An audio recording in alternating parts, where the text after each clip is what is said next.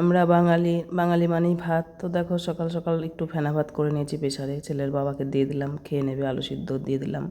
ছেলে একদমই ফেনা ভাত পছন্দ করে না, খেতে একদমই চায় না। তো যাই হোক, একটু দোকানে অন্য কিছু খেয়ে নেবে, আর একটু আমিও খেয়ে নেব। একদম খারাপ লাগে না ফেনা ভাত সকালে একটু হালকা করে। তো যাই হোক, দুপুরে রান্নায় দেখো হবে ফুলকপি আলু সয়াবিন দিয়ে তরকারি, পুঁই শাকের কুমড়ো দিয়ে একটা তরকারি হবে। যেহেতু দামোদর মাস চলছে, নিরামিষ খাচ্ছি, তাই মাঝে মধ্যে নিরামিষটাই করি। মাছটা খুব কমই হচ্ছে বাড়িতে। রান্না হয়ে গেছে, করেছি ভাত, পুঁই শাকের তরকারি, সোয়াবিন আলু দিয়ে তরকারি, আর একটু টমেটো সিদ্ধ দিয়েছি ভাতের মধ্যে, একটু ঝাল ঝাল করে মেখে নিয়েছি।